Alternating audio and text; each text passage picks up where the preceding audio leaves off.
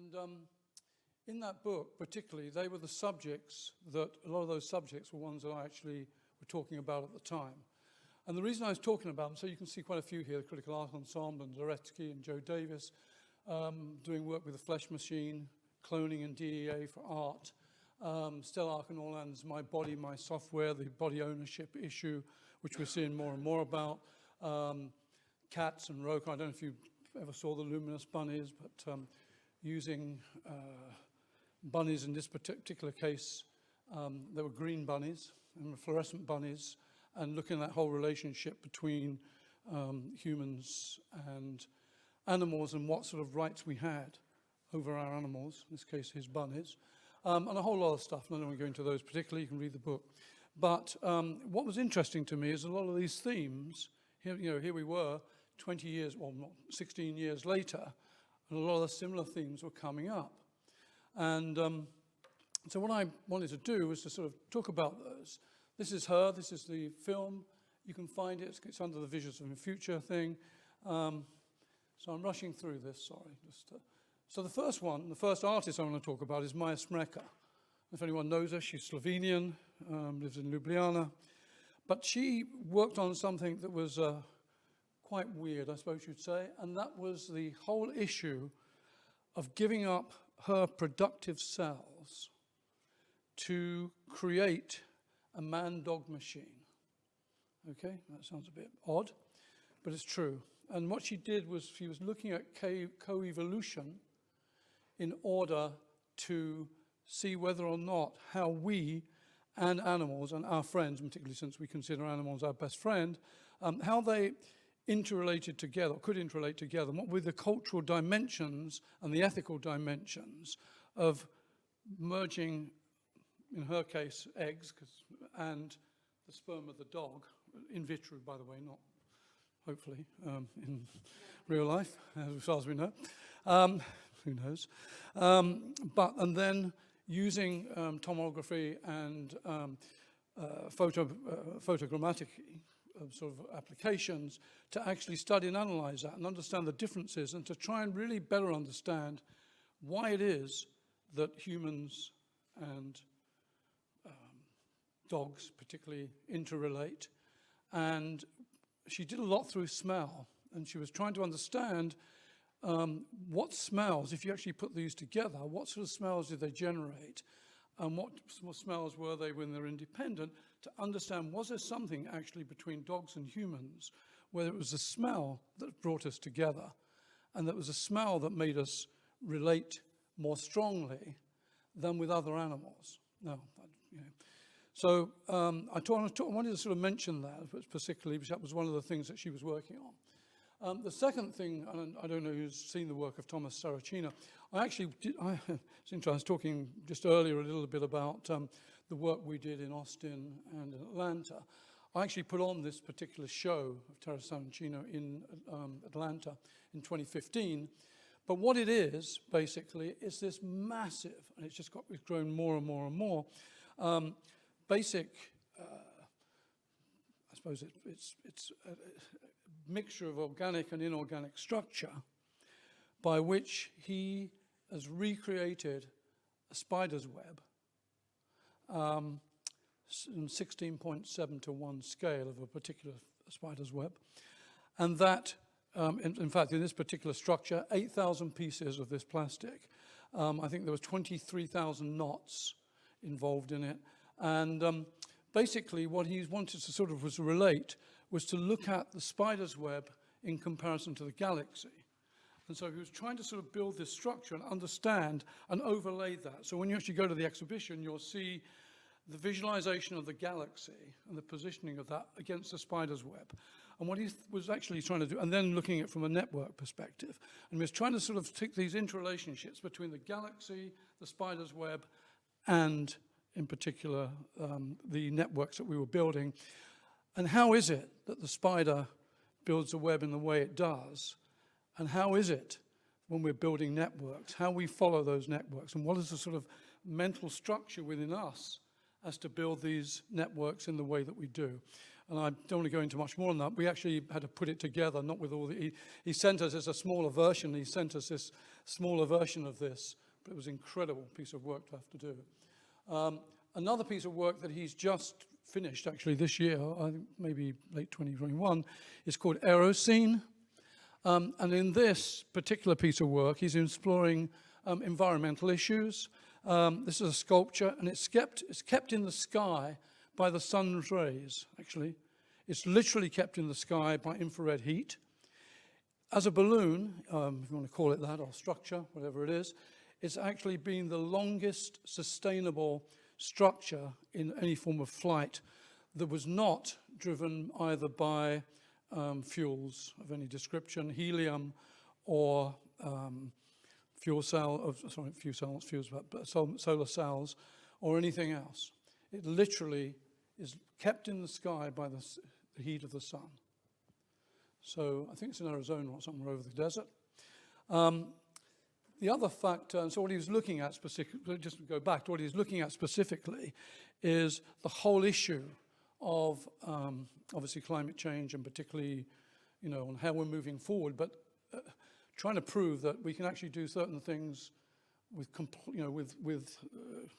what we have, rather than actually using other types of fuels. This is Charlotte Jarvis. Does anyone know her? She's pretty crazy. She's worth knowing. What does it say at the top there? In search of female sperm. Okay. So Charlotte Jarvis, she lives in the UK, and she's worked on a whole lot of projects, but she's currently working on a project with Susan Chua de Sousa Lupas.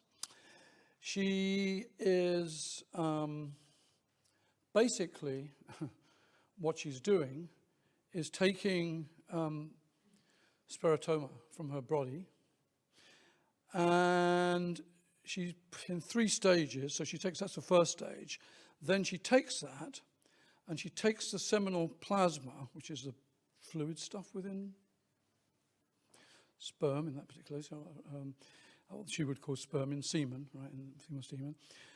And she took that from multiple women, from her case because she's political on transgender and other stuff, it's specifically from transgender people and so on, because she's trying to test something at the same time. But the whole thing that she's trying to do is to create female sperm.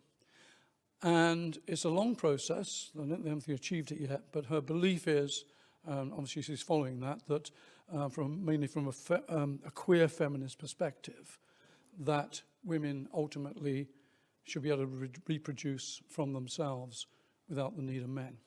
That's the idea. It's called In Posse. You can read about it. I put some links at the end. Obviously, when I was putting all this together, I watched the movie, listened, and whatever, but I also had to go back and do a load of research on where she got her stuff from as well. So you'll see at the end some of the research stuff that came from that. Not as far as I know yet, but I think that they're very serious. They are serious about it. It is not. Charlotte Jarvis is sort of an interesting. She's very, very, very strong-minded. And one thing I like about the work that she does, not just this work, but I've been following her now for probably a decade and a half or something like that, a decade maybe, is that everything that she works on has a very clear socio-political statement to it. And so some things don't actually in their own right succeed. That's not really maybe the purpose of it, but the purpose is to make us think about the whole issue of in this case, particularly, I think you'd say in terms of, the whole binary system of understanding male, female, and so on and so forth, and bypassing that and going to different areas. This is next one is a project by Pierre Küchle. And he's working with a neuroscientist in Japan. And what you actually see here, and I'll talk about the basis of this, he put up, he actually sat down a whole lot of people, and very quickly he gave them a load of images to look at. So look at the images. and they scanned how the individuals saw those images. So how did they, so what they were seeing was what the person was, how the person was interpreting the image. So how do we shift from interpretation, how do we shift through what we see to what the brain actually interprets that image to be? Very interesting. Well, he's looking at mind to, one of the main things he's working on is mind to mind, but he's beginning to sort of understand that even if we have very quite clear mind to mind, we might not be having actually, it sounds like a marriage, doesn't it? A very clear understanding of what each of us are thinking at each given time. So you can have the same image, fundamentally different things coming out of that. Now, he also did something different, and this was sort of a second part to this. And the Serpentine Gallery in London, they threw in 100,000 flies into this exhibition. Okay, and what he was looking at specifically by doing that was how much those flies impacted the image that the people got to see, right? So when you're distracted by something, and these were, 100,000 flies, you should look at it, it's crazy. You can't stand still for 1 second because, you're moving. And how does that impact? So what he was looking at specifically is what happens with distraction? What does that do to the image we're given to see at any given time? So if I'm looking at Dana and she's telling me something, I'm sort of got an image in my brain of what she's telling me, what she looks like when she's telling me, what's happening in the way that she's telling me. So all the things that we normally do as humans. When you throw insects into that particular thing, how does that impact how we interrelate? And that's important in terms of distraction, but also important in terms of how we deal with our everyday sort of movement in these interactions. So, someone tells you something and then you're not even paying attention, and then 2 seconds later they're saying, I just told you to do that, or I just showed you that. And you're going, oh, sorry, I didn't, wasn't really noticing. So it's sort of an interesting, it's a double piece, I suppose you'd say, of research being done to look at what we see, how we see it, and how we react to it under different circumstances. And it was weird from the flies because they're all different circumstances, right? They're not coming at you from one angle or something. Maybe there's nothing for a few seconds and then suddenly there's 20 of them buzzing around your head. It's pretty horrible, actually. I'm lucky I didn't have to go. This is a project from Trevor Pagling, I think his name is. I think his name's Trevor Pagling, but he's written Pagling. I worked with him in 2014 on a project called Experimental Geography, which was something he wrote a book on it as well, which was rather good. And interestingly, in this particular case, he's looking, rather like Stanza does, at the whole issue of data. So this is a Kronos quartet in this picture. Does anyone know the Kronos quartet? Yeah, okay. So this is a Kronos quartet led by Harrington, and what he was doing was scanning everything that was happening while they were playing throughout a whole concert. So he took the individual performers and he took every different piece that they were playing to really study a load of parameters about these people. Some of those parameters were based on male, female, right? So actually what you see is that no one was either 100% female or 100% male, even though we, looking at the people playing, perceive them as such. But when you bring in the characteristics of what we think are the dimensions of what makes a male and what makes a female, just through this whole thing of playing, you could see very clearly that and one moment they're like 72% female, and the next moment, just because of what the action of what they're doing, what they're playing, they become 52% male, right? Because, and what this is about, it's about bias. Because the data systems are being used, specifically in this particular case, are similar data systems to those which are used by the police, by society to understand and determine what fits into which category. But they're the basics of AI, right? They're the way that we program anything, and that everything that we see is based on a load of criteria that we throw in that ultimately shows the bias of the people putting in the data. And this was a second project that he did based off of that. It's called Behold These Glorious Times. It's about recognition and automation. And the more that we automate, the more that we use machine learning, and we take that to multiple levels and clustering on the same stuff and break it down further and further, the further that bias goes.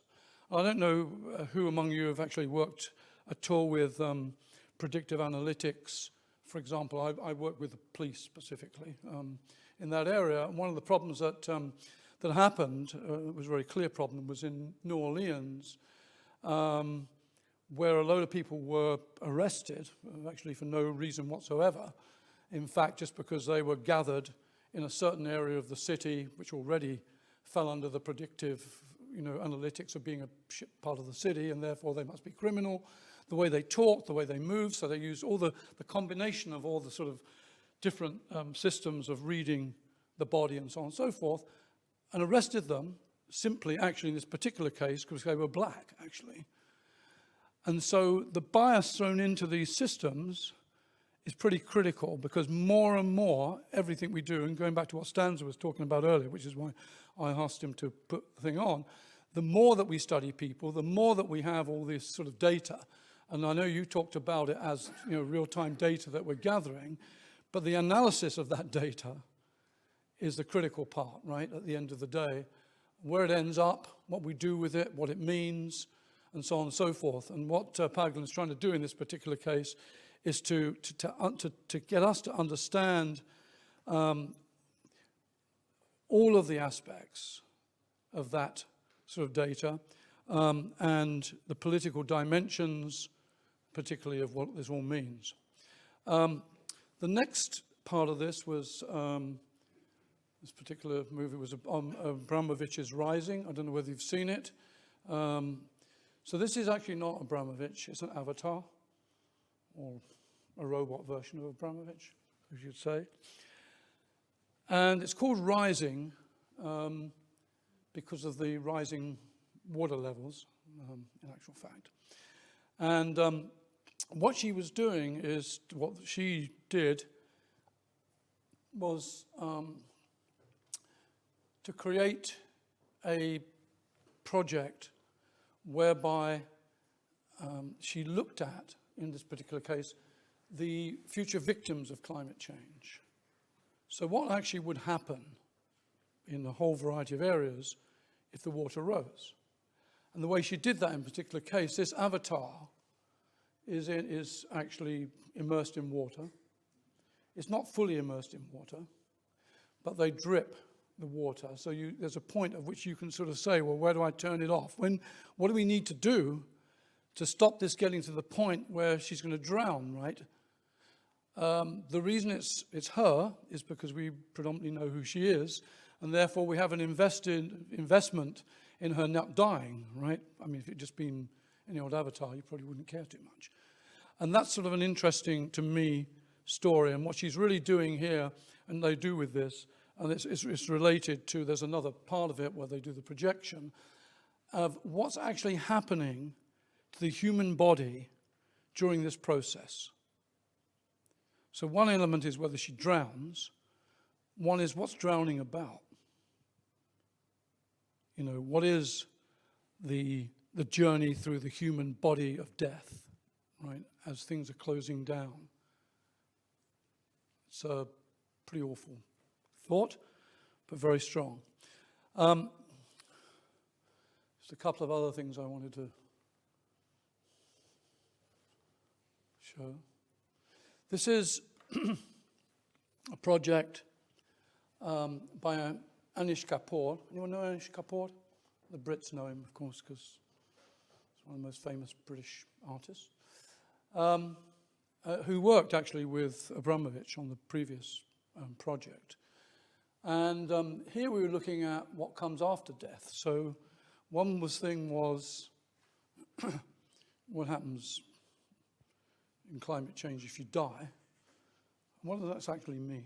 And so he began to build some visions, some scenarios of perceptions of the human body. So one part was the human body dying, I suppose you'd say, if it was going to drown. And the other was, well, what is that? What's after that? And so he began to develop, as you can see here, there's a lot of these actually, I just chose this particular one, of understanding what the soul would be like, the cognitive aspects. So the first thing is all about the physical death, and the second thing is about the cognitive death, that's what you'd say, or the bit that's left behind, let's put it like that. This is Daniel Beerholm. Daniel Beerholm's, anyone know Daniel Beerholm? I think he's probably the most famous German gallery director. It's about. He actually was very interesting. He literally was and has been the most famous and the most successful gallery director in Germany worldwide in many cases, but particularly he's German.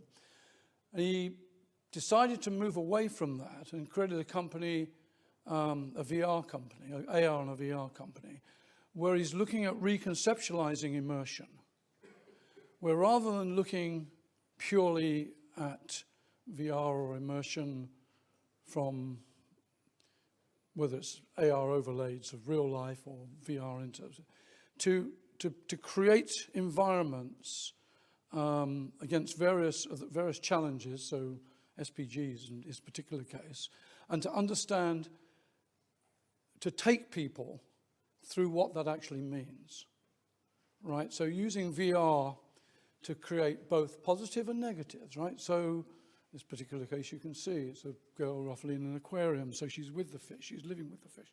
What happens if those fish are all dead, right? How does she react and feel about that? So taking quite dramatic sort of, should we say, situations potentially related to the challenges and seeing how we deal with them and how we react. And there's a number more. I don't, because of time, I want everybody else to do their thing. But in this particular case, this isn't from the movie, but I wanted to add it. It was from this year's